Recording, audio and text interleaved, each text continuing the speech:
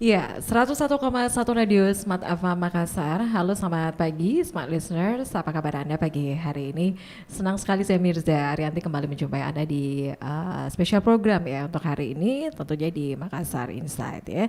Dan untuk Anda yang saat ini berkendara ya, melintasi jalan-jalan di Makassar ya, kemudian ya mungkin Anda berhenti ya di perempatan jalan di lampu merah ya. Uh, Mungkin Anda juga mendapati pemandangan yang cukup miris ya. Anda mendapati anak-anak yang turun ke jalanan, anak jalanan, gelandangan, pengemis ya, di mana mereka melakukan berbagai cara untuk meminta belas kasihan kita ya, apalagi selama bulan Ramadan ini. Nah, smart listener sebenarnya apa sih ya yang membuat anak-anak ini sampai turun ke jalan ya yang seharusnya itu mereka bersekolah begitu ya, dan apakah memang ini salah satunya adalah tuntutan ekonomi ataukah ada yang memanfaatkan anak-anak ini? Nah, untuk pagi hari ini kita akan berdiskusi bersama dengan tamu spesial saya yang saat ini sudah hadir di studio. Saya sapa dulu ya. Ibu Aci Sulaiman, Kepala Dinas Pemberdayaan Perempuan dan Anak atau DP3A Kota Makassar. Assalamualaikum warahmatullahi wabarakatuh, Ibu Aci. Waalaikumsalam warahmatullahi wabarakatuh, dan selamat siang untuk smart listener dimanapun berada.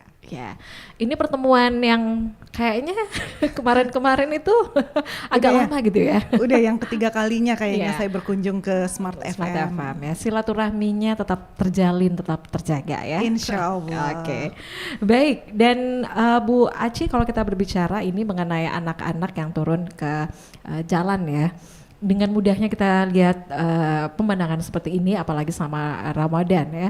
Itu kalau pas di perempatan jalan di lampu merah kita lihat mereka melakukan beragam cara nih ya untuk bisa meminta belas kasihan dari kita ya. Itu biasanya mereka melap kaca kendaraan kita ya, atau juga ada yang sampai menggendong bayi ya, itu entah adiknya kah atau anak siapa begitu ya, yang pastinya nih Ibu Aci kalau kita lihat ya fenomena anak-anak sampai turun ke jalan ya yang seharusnya mereka di usia-usia seperti itu mereka bersekolah ya.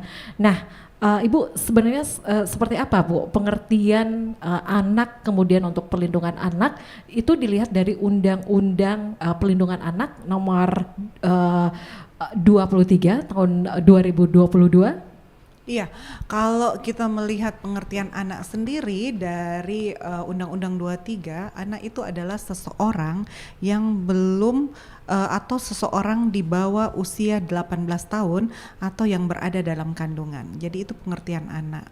Memang sangat miris rasanya kalau kita berkendara untuk melintasi beberapa ruas jalan yang ada di Kota Makassar, maka kita akan temui beberapa anak ya yang meminta belas kasihan dari pengguna jalan, yang mana memang kalau kita lihat yang harusnya anak itu bersekolah, karena kan rata-rata memang usia sekolah mereka yang ada di jalan.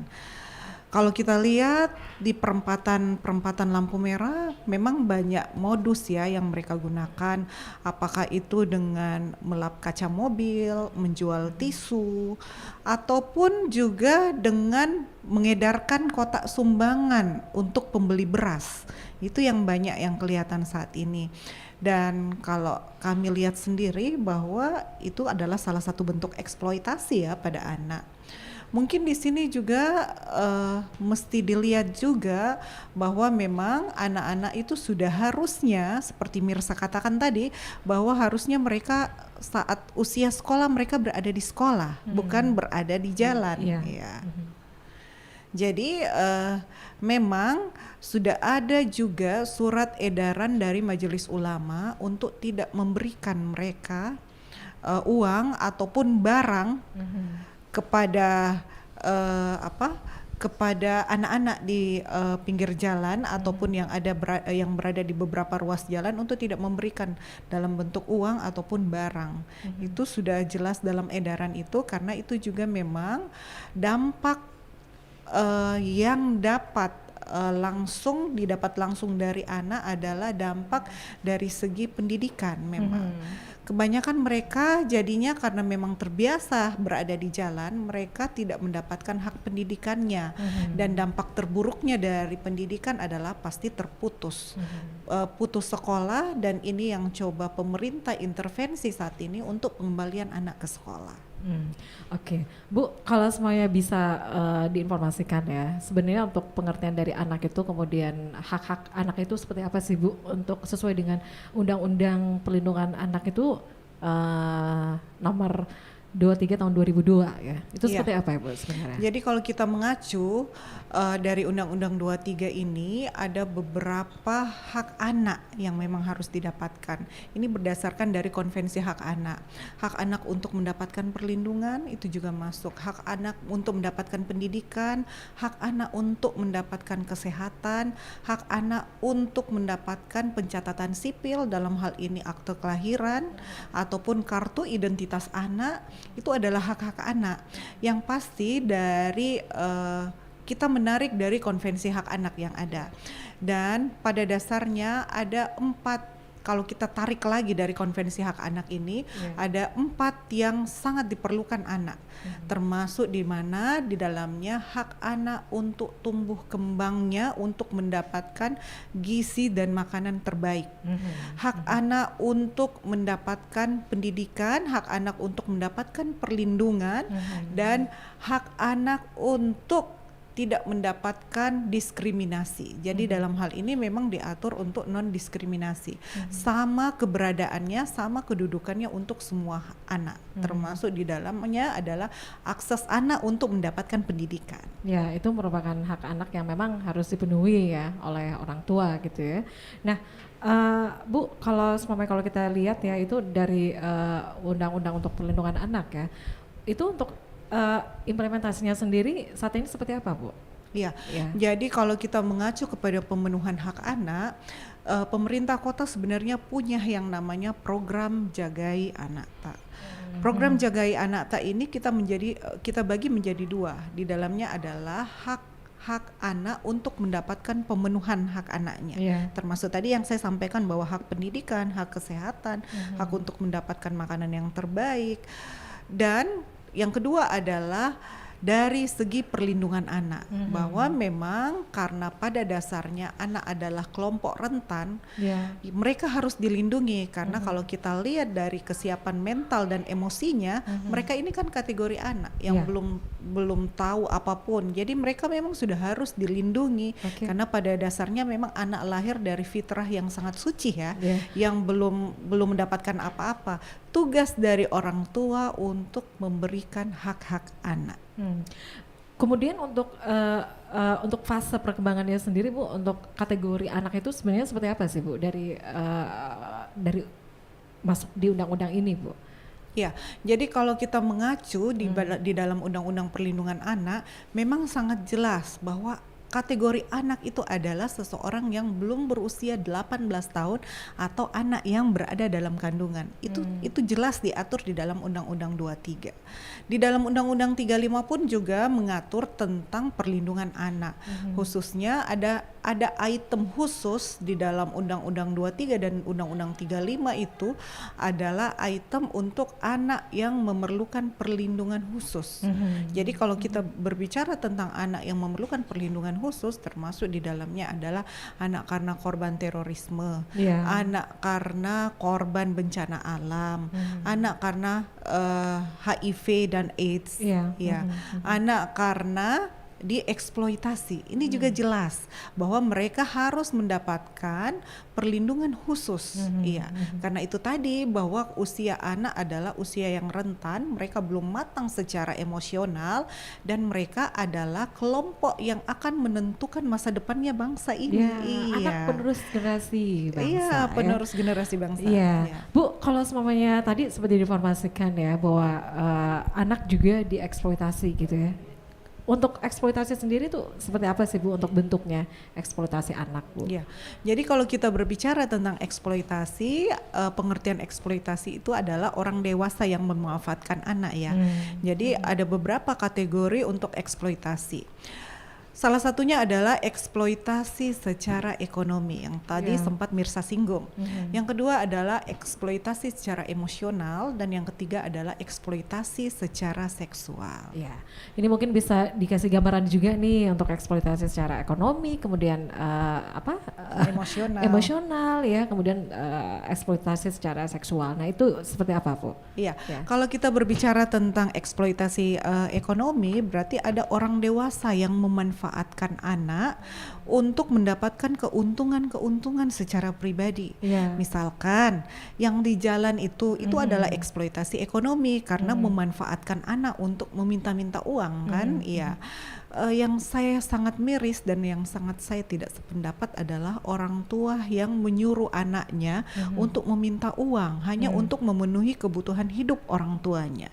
Ini banyak juga yang kami dapatkan khususnya di UPTD PPA Kota Makassar. Jadi kami punya UPTD, Unit Pelaksana Teknis Daerah Perlindungan Perempuan dan Anak.